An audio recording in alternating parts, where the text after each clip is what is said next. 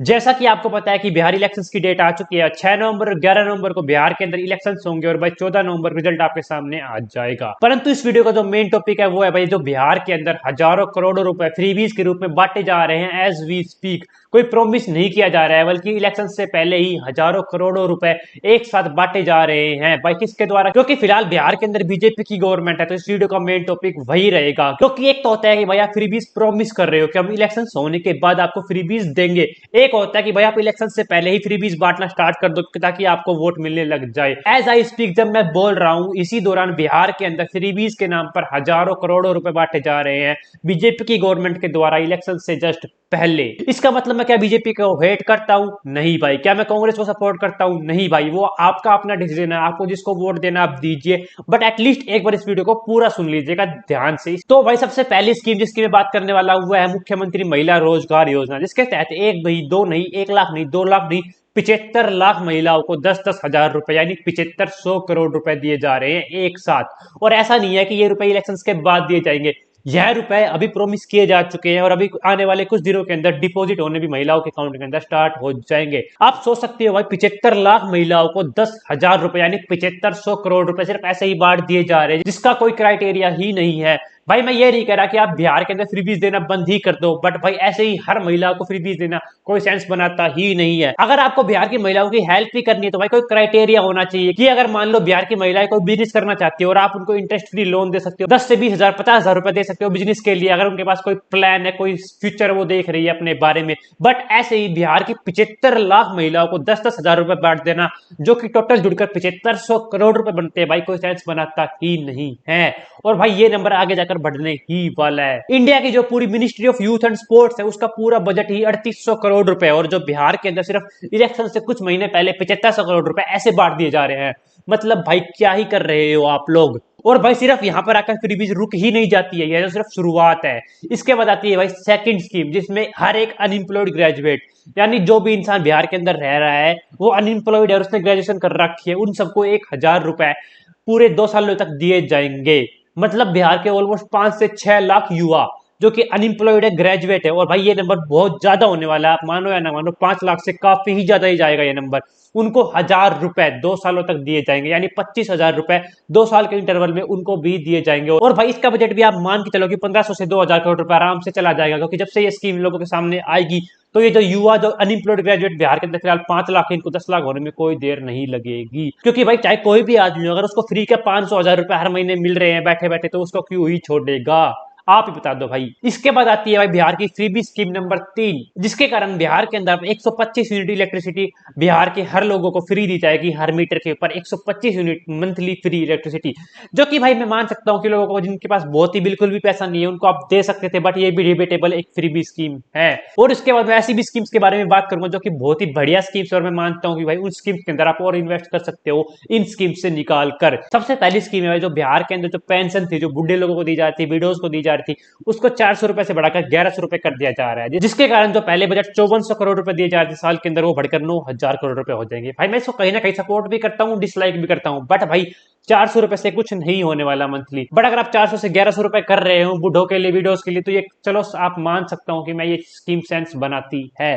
But 75 lakh महिलाओं को 10 हजार रुपए ऐसे ही बांट देना, और भाई अनएम्प्लॉयड ग्रेजुएट्स को 1000 रुपए यानी फालतू के 10-15 हजार करोड़ रुपए खर्च कर देना फ्रीबीज के नाम पर। और ये हाल तो जब बिहार के अंदर बिहार गवर्नमेंट के द्वारा भी और सेंट्रल गवर्नमेंट के द्वारा भी पहले से ही काफी ज्यादा फ्रीबीज अनाउंस की जा चुकी है, या फिर काफी ज्यादा फ्रीबीज पहले से ही चली जा रही है। यानी आप कह सकते हो कि जो पहले से फ्रीबीज दे रही है, सेंट्रल गवर्नमेंट दे रही है, बिहार गवर्नमेंट दे रही है बिहार के अंदर, ये उन सबके ऊपर है, उन सबको रिप्लेस नहीं किया जा रहा है, उन सबके ऊपर ये और एडिशनल फ्रीबीज अनाउंस की जा रही है इलेक्शन से कुछ महीनों पहले। भाई ऑब्वियसली कांग्रेस भी अपनी फ्रीबीज अनाउंस करेगी और जो पार्टी है वो भी फ्रीबीज अनाउंस करेगी, बट एक फ्रीबीज को अनाउंस करने और फ्रीबीज को इलेक्शन के जस्ट पहले बांट देना, भाई दोनों बहुत ही अलग अलग चीज है। आप सोच रहे होंगे कि भाई मैं बीजेपी को हेट करता हूं, नहीं भाई, कुछ अच्छी फ्रीबी स्कीम भी है, जैसे कि स्टूडेंट्स जो पढ़ रहे हैं उनकी एजुकेशन के लिए इंटरेस्ट फ्री लोन्स 4 लाख रुपए तक के, इसके लिए आप लिमिट को बढ़ा सकते हो, क्योंकि भाई जिन लोगों को एजुकेशन लोन चाहिए अगर आप उनको इंटरेस्ट फ्री लोन्स दे रहे हो तो ये आगे जाकर आपके स्टेट के अंदर ही आपकी स्टेट की इनकम को ही बूस्ट करेंगे। तो ये मेरे लिए एक बहुत ही अच्छी स्कीम है, आप मानो या ना मानो। बट अगर आप स्टूडेंट्स को इंटरेस्ट फ्री लोन्स दे रहे हो उनकी ग्रेजुएशन के लिए, तो ये काफी हद तक सेंस बनाती है, क्योंकि आपको पैसे 2 से 4 साल बाद 5 साल बाद वापस मिलने धीरे धीरे स्टार्ट हो ही जाएंगे। और इसके कारण काफी ज्यादा स्टूडेंट्स ग्रेजुएट्स जिनके पास बिल्कुल भी पैसा नहीं है, वो अपनी एजुकेशन पूरी करेंगे और स्टेट की जीडीपी के अंदर काफी ज्यादा कंट्रीब्यूशन देते चले जाएंगे। यह स्कीम बहुत ही बढ़िया स्कीम है भाई।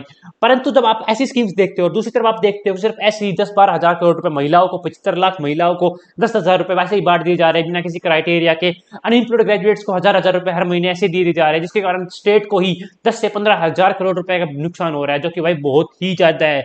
पूरी इसरो का बजट, माइंड यू, पूरी इसरो का बजट, पूरी साल का बजट 13,500 करोड़ है अप्रोक्स। इसके बाद हम बात करते हैं भाई बिहार के अंदर आंगनवाड़ी वर्कर्स हो, आंगनवाड़ी वर्कर्स की हेल्पर्स हो, आशा वर्कर्स हो, उनकी सैलरी 2 से 3 हजार रुपए बढ़ाई जा रही है, जो कि मैं मानता हूँ काफी सही स्कीम है। क्योंकि जो बिहार के अंदर आंगनवाड़ी वर्कर्स मान लो, आप आशा वर्कर्स मान लो, उनकी सैलरी 9-10 हजार रुपए ही है, 10-12 हजार रुपए आप मान सकते हो। उसके अंदर आप अगर 2-3 हजार रुपए बढ़ा रहे हो तो वो उनके लिए अच्छा बनता है। और भाई ऐसा नहीं है कि वो 15-20 हजार रुपए सैलरी डिजर्व नहीं करती।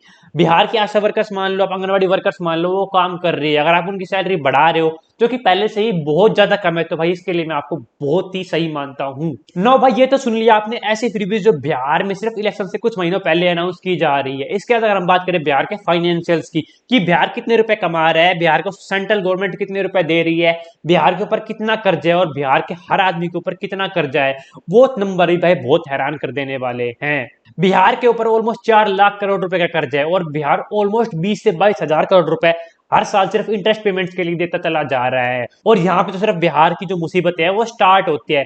इसके बाद अगर हम बात करें बिहार, जो पूरा रिवेन्यू जो भी बिहार को सेंट्रल गवर्नमेंट दे रही है, सब्सिडी सेंट्रल गवर्नमेंट दे रही है, उसमें सिर्फ बिहार जो खुद से कमा पा रहा है उसका शेयर है सिर्फ 25%। बिहार का जो इस साल के अंदर एक्सपेक्टेड रेवेन्यू, जो टोटल रेवेन्यू आप मान सकते हो, वो 2,60,000 करोड़ रुपए के आसपास है। पर इसमें से सिर्फ 25% यानी सिर्फ 70,000 करोड़ रुपए ऐसे हैं जो बिहार खुद से कमा पा रहा है। इसके अलावा जितने भी पैसे हैं या तो वो सेंट्रल गवर्नमेंट सब्सिडीज के रूप में दे रही है, फिर जो सेंट्रल गवर्नमेंट का टैक्सेस जो सेंट्रल गवर्नमेंट के पास आ रहे हैं, उसमें जो बिहार का शेयर है वो बिहार को मिल पा रहा है। यानी जो भी बिहार खुद से कमा पा रहा है वो सिर्फ इस पूरे टोटल रेवेन्यू शेयर का 25% है। और भाई ये बहुत ही दयनीय स्थिति है। बिहार के हर आदमी के ऊपर ऑलमोस्ट 21,000 रुपए का कर्जा है। माइंड यू, बिहार के हर आदमी के ऊपर ऑलमोस्ट 21,000 रुपए का कर्जा है। सेंट्रल गवर्नमेंट के ऊपर जो डेप्ट है वो अलग, जो सेंट्रल डेप्ट है वो अलग, मतलब जो सेंट्रल डेप्ट है वो अलग है। इसके अलावा जो बिहार की गवर्नमेंट ने कर्जा ले रखा है, अगर उसको हम हर इंसान के अंदर बांट दे, यानी जो भी टोटल कर्जा बिहार के ऊपर है उसको हम बिहार की टोटल पॉपुलेशन से डिवाइड कर दे, तो बिहार के हर एक आदमी के ऊपर, हर एक इंसान के ऊपर ऑलमोस्ट 20 से 21,000 रुपए का कर्जा है, जो कि बहुत ही ज्यादा आप मान सकते हो भाई। बिहार का जो भी रेवेन्यू है उसका ऑलमोस्ट 53% यानी 1,38,000 करोड़ रुपए जो भी सेंट्रल गवर्नमेंट टैक्स कलेक्ट करती है उसका शेयर मिलता है बिहार को। सेंट्रल गवर्नमेंट जो भी प्राइवेट टैक्स कलेक्ट करती है, जो भी कॉर्पोरेट टैक्स कलेक्ट करती है, उसका ऑलमोस्ट 41% उसको स्टेट्स को देना पड़ता है। और उस टोटल 41% में से 7 से 8% तो सिर्फ बिहार को ही दे दिया जा रहा है। और इनके अलावा जो गवर्नमेंट बिहार को सपोर्ट करने के लिए सेंट्रल गवर्नमेंट ग्रांट्स दे रही है वो अलग है। 50 से 60 हजार करोड़ रुपए की सेंट्रल गवर्नमेंट इतना सब करने के बाद बिहार को ग्रांट्स भी दे रही है, जो कि भाई मैं गलत नहीं बोल रहा, बट इतनी दयनीय स्थिति होने के बाद भी ऐसे ही फ्रीबीज के अंदर हजारों करोड़ रुपए खराब कर देना सिर्फ कुछ सिलेक्शन, मतलब जो पहले से फ्रीबीज दी जा रही है वो बहुत ज्यादा दी जा रही है, उन सबके ऊपर अलग से 10 से 15 हजार करोड़ रुपए खर्च कर देना इलेक्शन से सिर्फ 2 महीने पहले। आप समझ सकते हो भाई जो आपको लगता है, बट मैं आपके सामने सिर्फ फैक्ट्स रख रहा हूं। ना मैं आपको कह रहा कि आप बीजेपी को वोट मत दो, ना मैं आपको कह रहा कि आप इस पार्टी को वोट दो, आप इस पार्टी को वोट दो, बट मैं आपको दिखा रहा हूं कि एक पार्टी गलत नहीं है, सारी पार्टी इसी तरीके से चल रही है। एक होता है भाई प्रॉमिस करना कि आपकी गवर्नमेंट नहीं है तो आप प्रॉमिस कर रहे हो, उसको आप भुला सकते हो भाई। प्रॉमिस ऐसे हजारों प्रॉमिस है भाई, लद्दाख के अंदर भी 6 शेड्यूल का प्रॉमिस किया गया था, उसका क्या हुआ भाई? सोनम वांगचुक को जेल में रख दिया भाई और उनके ऊपर एनएसए लगा दिया। और 6 शेड्यूल लद्दाख के अंदर बीजेपी की गवर्नमेंट ने खुद कहा था 2019 के अंदर, पर वो वादा भूल चुके हो। ऐसे ही हजारों ऐसे वादे होते हैं जो आप प्रॉमिस तो करते हो बट भूल जाते हो, वो पूरा एक अलग टॉपिक है। पर भाई जब आपकी गवर्नमेंट है और आप इलेक्शन से कुछ महीने पहले पैसे रिलीज कर चुके हो, ऐसा नहीं है कि आप पैसे रिलीज करने वाले हो गवर्नमेंट बनने के बाद, आप इलेक्शन से कुछ महीने पहले गवर्नमेंट आपकी है और आप पैसे रिलीज कर चुके हो, वो भी थोड़े बोड़े नहीं, 10 से 15 हजार करोड़ रुपए। मतलब भाई पहले सेंट्रल गवर्नमेंट इतने फ्रीबीज दे रही है, फिर जो बिहार के अंदर गवर्नमेंट है वो इतने फ्रीबीज दे रही है, और उन सबके ऊपर इलेक्शन से कुछ महीने पहले और इतने ज्यादा फ्रीबीज देना। आपको भाई जो भी तो अच्छा लगता है, जो भी आपको सही लगता है, जो भी आपको ओपिनियन है, आपको क्यों लगता है कि ऐसा क्यों किया जा रहा है भाई, आप वो कमेंट कर सकते हो। और भाई मैं बार बार कह रहा हूँ कि ना मैं बीजेपी को हेट करता हूँ, ना मैं कांग्रेस को सपोर्ट कर रहा हूँ, मैं ना जन स्वराज को सपोर्ट कर रहा हूँ, मैं सिर्फ आप सबके सामने फैक्ट्स कर रहा हूँ। जो अगर आपको सही लगे तो आप अपने हिसाब से वोट दे सकते हो, अगर आपको गलत लग रहे हैं तो आप अपना ओपिनियन नीचे कमेंट्स में डाल सकते हो। अपने वोट के अंदर जो भी आपको सोच रहे हैं, आपकी वोट है भाई, सोच समझकर अच्छे तरीके से जो भी आपके एरिया के अंदर बेस्ट नेता आपको लगता है, चाहे वो कोई सी भी पार्टी का हो, या फिर जो भी आपको सही लगता है, या फिर आपको कोई भी सही नहीं लगता, वो आप सबके ऊपर है। आप अपने हिसाब से वोट दीजिए। और हाँ भाई, पहली इतनी बड़ी वीडियो बनाई तुम्हारे भाई ने, अगर आपको वीडियो अच्छी लगी तो कर सकते हो सब्सक्राइब। जाना है भाई 100, 1000, 10,000, 1 लाख, 1 मिलियन, 10 मिलियन जाना है भाई। Let's go. Thanks for watching guys.